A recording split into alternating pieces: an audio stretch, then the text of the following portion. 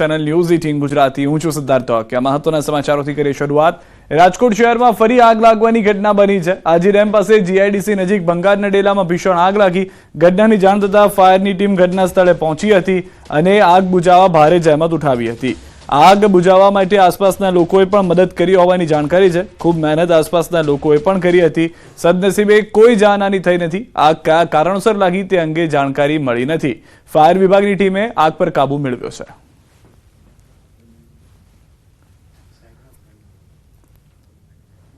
મહેસાણા ઊંઝાના જગન્નાથપુરાના ગામે વડના વૃક્ષમાં આગ લાગી હતી। આગ લાગતા અફરાતફરી સર્જાઈ હતી। જોકે ઊંઝા ફાયર વિભાગની ટીમે ઘટના સ્થળે પહોંચી આગ પર કાબુ મેળવ્યો હતો। નજીક અનેક વૃક્ષો હોવાથી આગ ઝડપથી પ્રસરી ગઈ હતી। આગ લાગી કેવી રીતે તે જાણી શકાયું નથી। સુરતના કામરેજના ખોલવડ ગામે સ્માર્ટ મીટરનો વિરોધ। ઓપેરા પેલેસમાં વીજ કંપનીના અધિકારીઓનો સ્થાનિકોએ ઘેરાવ કર્યો। વીજ કંપનીના અધિકારીઓ સ્માર્ટ મીટર લગાડવા આવ્યા હતા ત્યારે સ્થાનિકોએ એકઠા થઈ કામગીરી અટકાવી। જાણ કર્યા વગર વીજ કંપનીના અધિકારીઓ આવ્યા હોવાનો સ્થાનિકોનો આક્ષેપ। સ્થાનિકોનો રોષ જોઈ સ્માર્ટ મીટર લગાડવાની કામગીરી હાલ બંધ કરાઈ છે। અમને પણ ખબર નહોતી, એમ જાણે નહોતી કરી લોકોએ કે અમે મીટર કાઢવા આવ્યા છે। અમારા સરપંચને વાત કરવી જોઈએ કે અમે ઓપેરામાં મીટર કાઢવા આવી છીએ। મીટર કાઢવા બધી પબ્લિક એસએમસી વાળા આવ્યા તો અમને ખબર ન પડી। 6-7 મીટર કાઢી ગયા પછી અમને ખબર પડી કે મીટર કાઢવા આવ્યા એટલે અમે હોબાળો કર્યો છે। અમે મીટર આજે કાઢવા નહીં દઈએ, કાલે કાઢવા નહીં દઈએ। રાજકોટમાં પોલીસ મથક ખાતે મહિલાએ કર્યો આપઘાતનો પ્રયાસ। પ્રદ્યુમનનગર પોલીસ મથકનો બનાવ। મહિલાએ પોલીસ સ્ટેશનમાં ફિનાઇલ ગટગટાવ્યું। વ્યાજખોરોના ત્રાસથી કંટાળી આપઘાતનો પ્રયાસ। મહિલાના પતિએ 4 લાખ રૂપિયા 10% વ્યાજે લીધા હતા। 8 લાખ રૂપિયા ચૂકવ્યા છતાં વ્યાજખોરો દ્વારા વધુ રૂપિયાની માંગણી કરતા હતા। વ્યાજખોરોએ મકાન પણ પચાવી પાડવામાં આવ્યો હોવાનો આરોપ। વ્યાજખોરોએ મહિલા પતિને માર માર્યો હોવાનો પણ આરોપ। વ્યાજખોરોના ત્રાસમાં મહિલાનો પતિ ગુમ થયો છે। પોલીસે આરોપીઓની શોધખોળ શરૂ કરી છે।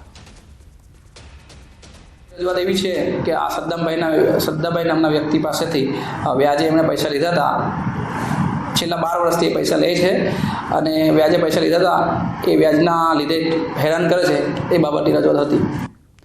ભરૂચથી સમાચાર। અંકલેશ્વર જીઆઈડીસી પાસે અકસ્માત। ઉભેલી ટ્રક પાછળ તુફાન કાર ઘૂસી। કારમાં સવાર 3 લોકોને ઈજા પહોંચી। સુરતની સમાચાર। 1 કરોડની ઠગાઈનો આરોપી સકંજામાં। યોગેશ ઉર્ફે કાંતિલાલ વસોયાની ધરપકડ। છેલ્લા 3 વર્ષથી આરોપી હતો ફરાર। કાપોદ્રા, ઉધના, સલાબતપુરામાં નોંધાયા છે ગુના। પોલીસે ધરપકડ કરી વધુ કાર્યવાહી હાથ ધરી। સુરત પોલીસે એક આંતરરાજ્ય કુખ્યાત ઠગને ગિરફ્તમાં લીધો છે। પકડાયેલા મહાઠગ પર 1-2 નહીં પણ 56 જેટલા ગુના નોંધાયેલા છે। આશ્ચર્યની વાત એ છે કે ગિરફ્તમાં આવ્યા બાદ આ મહાઠગે 27 ગુના તો કબૂલી લીધા છે।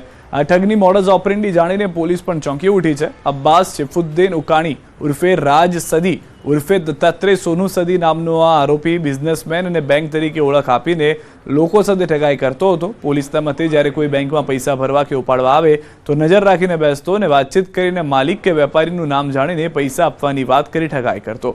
જ્યારે પૈસા આપવા લિફ્ટમાં જાય તો લિફ્ટમાંથી ભાગી જતો હતો। અલગ અલગ રાજ્યોમાં તેને આવી ઠગાઈ કરી છે। એટલું જ નહીં, તેને સુરત સહિત અલગ અલગ રાજ્યોમાં અલગ અલગ નામ ધારણ કરી છેતરપિંડી આચરતો હતો। મૂળ હરિદ્વાર શહેરનો રહેવાસી આ ગુનેગાર સામે હત્યાના પ્રયાસનો ગુનો પણ નોંધાયેલો છે।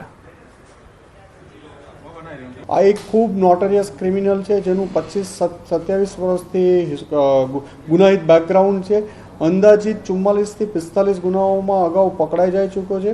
આની એમો એવી છે કે કોઈ પણ બેંક પાસે ઊભો રહેશે અને બેંકમાંથી કોઈ માને કે કોઈ માણસ 2 લાખ વિડ્રો કરે છે તો એને એવી રીતે સમજાવે છે કે એના સેટનું નામ વાતોમાં જાણી લેશે। પછી કહેશે મને એમના તમારા સેટને 5 આપવાના છે તો મારી પાસે 5નું બંડલ છે, તમે આ 2 મને આપી દો, ચલો મારી સાથે લિફ્ટમાં। પછી બંને લિફ્ટમાં જશે અને લિફ્ટની સ્વિચ દબાવીને પોતે નીકળી જશે।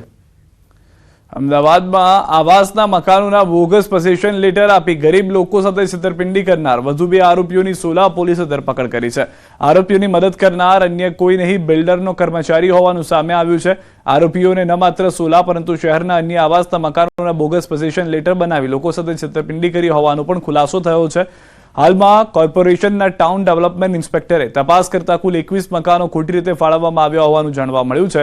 જોકે પોલીસે આરોપીઓની તપાસ કરતા અન્ય ભોગ બનનાર લોકો પણ સામે આવ્યા છે। તમામ પાસેથી મકાન દીઠ 6.5 લાખ રૂપિયા મેળવી છેતરપિંડી કરી હતી।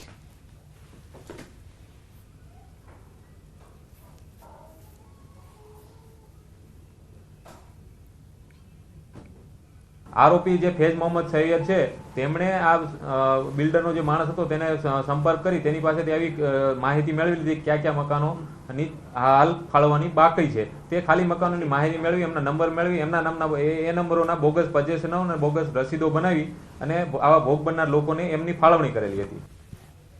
વડોદરાથી સમાચાર. શિનોરના સાધલી ગામે રખડતા શ્વાનનો આતંક સામે આવ્યો છે. સાધલી ગામે એકતાનગર સોસાયટીમાં રખડતા શ્વાનનો આતંક. રખડતા શ્વાને બાળકી પર કર્યો હુમલો. 3 વર્ષની બાળકીને શ્વાને બચકા ભરતા ગંભીર રીતે ઇજાગ્રસ્ત. મોટા ફોફળિયા ખાતે બાળકીને ઇન્જેક્શન સહિત પ્રાથમિક સારવાર અપાઈ. બાળકીને ગંભીર ઇજાઓ પહોંચતા વધુ સારવાર અર્થે હોસ્પિટલમાં ખસેડાઈ છે. તો હાલમાં જાણકારી છે, શિનોરના સાધલી ગામે રખડતા શ્વાનનો આતંક જોવા મળી રહ્યો છે. અનેક વિસ્તારોમાં રખડતી રંજાડ બેફામ છે, ત્યારે વધુ એક બાળકને શ્વાને હુમલો કરી ઇજાગ્રસ્ત કર્યું છે. વધુ જાણકારી ન્યૂઝ 18 સંવાદદાતા હાર્દિક પાસેથી મેળવીશું. વધુ શું જાણકારી છે સમગ્ર કિસ્સામાં હાલમાં હાર્દિક? બિલકુલ થી સિદ્ધાર્થ, જો વાત કરીએ તો આ જ પ્રકારનો કિસ્સો થોડા દિવસ અગાઉ વાઘોડિયાથી સામે આવ્યો હતો અને અત્યારે સિનોરથી આ કિસ્સો સામે આવી રહ્યો છે. એનો મતલબ એ સીધી રીતે સમજી શકાય કે વડોદરા ગ્રામ્ય વિસ્તારમાં રખડતા શ્વાન જે છે તેમનો આતંક ચોક્કસથી વધી રહ્યો છે. આ માસૂમ બાળકી જે છે ઘરની બહાર રમી રહી હતી, દરમિયાન જે રખડતું શ્વાન છે તે આવ્યું હતું, અચાનક તેના પર તૂટી પડ્યું હતું. પગના ભાગે, હાથના ભાગે ગંભીર પ્રકારની ઇજાઓ પહોંચી છે. મોટા ફોફડિયા ખાતે તેને પ્રાથમિક સારવાર આપવામાં આવી છે, પરંતુ તેની તબિયત જે છે તે વધારે ગંભીર હોવાના કારણે તેને વધુ સારવાર અર્થે આજે વડોદરા શહેરની સયાજી હોસ્પિટલ છે ત્યાં દાખલ કરવામાં આવી છે. એટલે ચોક્કસથી અત્યારે વેકેશનનો માહોલ છે, બાળકો પોતાના ઘરની બહાર રમતા હોય છે, ત્યારે માતા પિતા માટે આ જે સમાચાર છે તે લાલબત્તી સમાન સમાચાર કહી શકાય. આભાર સમગ્ર માહિતી બદલ. તો હાલમાં રખડતા શ્વાનને કારણે બાળકને ઈજા પહોંચી છે. વારંવાર આ ઘટનાઓ ઘટી રહી છે. પ્રશાસન પગલાં લે તેવી આશા હજી પણ શહેરીજનોમાં છે.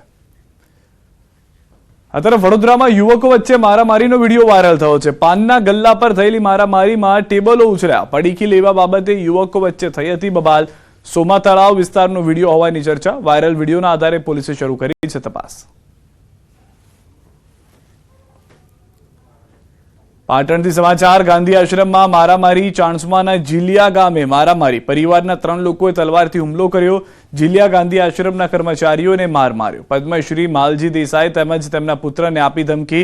જાનથી મારી નાખવાની ધમકી આપી. ગેરકાયદેસર રીતે સંસ્થામાં પ્રવેશ કરીને ગુનો આચર્યો. સંસ્થામાં નોકરી કરનાર ક્લાર્કે અન્ય 2 શખ્સો સાથે મળીને કરી મારામારી. પોલીસે ગણતરીની કલાકોમાં હુમલો કરનાર 3ને ઝડપી પાડ્યા. જીલિયા ખાતે આશ્રમમાં હુમલો કરનાર કનુભાઈ દેસાઈ, પ્રવીણ દેસાઈ અને દશરથ દેસાઈની પોલીસે પૂછપરછ શરૂ કરી. સુરતથી સમાચાર. મહિલા અને બાળકીને મારવાનો વિડીયો વાયરલ થયો છે, જેને લઈને પોલીસે કાર્યવાહી કરી છે. પૂણા પોલીસે 2 લોકોની ધરપકડ કરી છે. સુરત એપીએમસીની આ ઘટના છે. મહિલાઓ અવારનવાર શાકભાજીની ચોરી કરી હોવાની ફરિયાદ ઉઠી હતી. મહેસાણાથી સમાચાર. રીલ્સ બનાવવા જતા યુવકનું મોત થયું છે. તળાવ કિનારે રીલ્સ બનાવવા જતા યુવકનું મોત થયું. તળાવમાં પગ લપસી જતા યુવક ડૂબી ગયો. મહેસાણાના ખેરાલુના ડભોડા ગામની ઘટના છે. ગામના તળાવ કિનારે મોબાઈલમાં રીલ્સ બનાવતો હતો. રાજકોટ શહેરના પ્રદ્યુમનનગર પોલીસ સ્ટેશન વિસ્તારમાં ફર્યું છે તંત્રનું બુલડોઝર. વહીવટી તંત્રના માધ્યમથી અસામાજિક તત્વો વિરુદ્ધ કડક કાર્યવાહી કરવામાં આવી. પ્રદ્યુમનનગર પોલીસ સ્ટેશન વિસ્તારમાં રહેતા સલીમ માણિક નામના હિસ્ટ્રી શીટરના ગેરકાયદેસર બાંધકામ પર બુલડોઝર ફેરવવામાં આવ્યું. સલીમ માણિક વિરુદ્ધ રાજકોટ શહેરના અલગ અલગ પોલીસ સ્ટેશનમાં કુલ 10 જેટલા ગુના નોંધાઈ ચૂક્યા છે, જેમાં ગેરકાયદેસર હથિયાર, પ્રોહિબિશન, મારામારી સહિતના ગુના સામેલ છે. પ્રનગર પોલીસ સ્ટેશન વિસ્તારમાં 10 જેટલા ગુનાઓ કરનાર અસામાજિક તત્વ સલીમ કાસમ માણેક કે જેણે રેલનગર વિસ્તારમાં આરએમસી અંતર્ગતની સરકારી જગ્યામાં ગેરકાયદેસર દબાણ કરી ઓડિયો બનાવી, તબેલો બનાવી અને દબાણ કરેલું હતું અને સાથે સાથે પોતાની ગેરકાયદેસર પ્રવૃત્તિ પણ આ જગ્યા પર ચાલુ રાખતો હોય એવું ધ્યાન પર આવતા આરએમસી અને પીજીવીસીએલ સાથે સંકલન કરી તેનું વીજ કનેક્શન દૂર કરવાની અને દબાણ દૂર કરવાની કાર્યવાહી કરવામાં આવી રહી છે. દ્વારકા જિલ્લામાં ફરી ચાલ્યું તંત્રનું બુલડોઝર. ખંભાળિયામાં સરકારી જગ્યા પરના દબાણ દૂર કરાયા. લલિયા ગામના બુટલેગર રાહુલ ધારાણીનું ગેરકાયદેસર બાંધકામ દૂર કરાયું. સરકારી જમીન પર બનાવેલ ગેરકાયદેસર મકાન તોડી પડાયું હતું.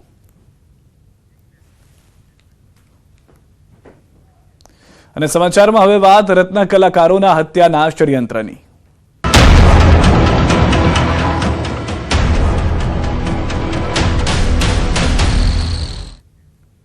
સુરતમાં રત્ન કલાકારોની હત્યાનું ષડયંત્ર રચવામાં આવ્યું. કાપોદ્રા વિસ્તારના અનબ જેમ્સના 118 રત્ન કલાકારોને ઝેરની અસર થઈ છે.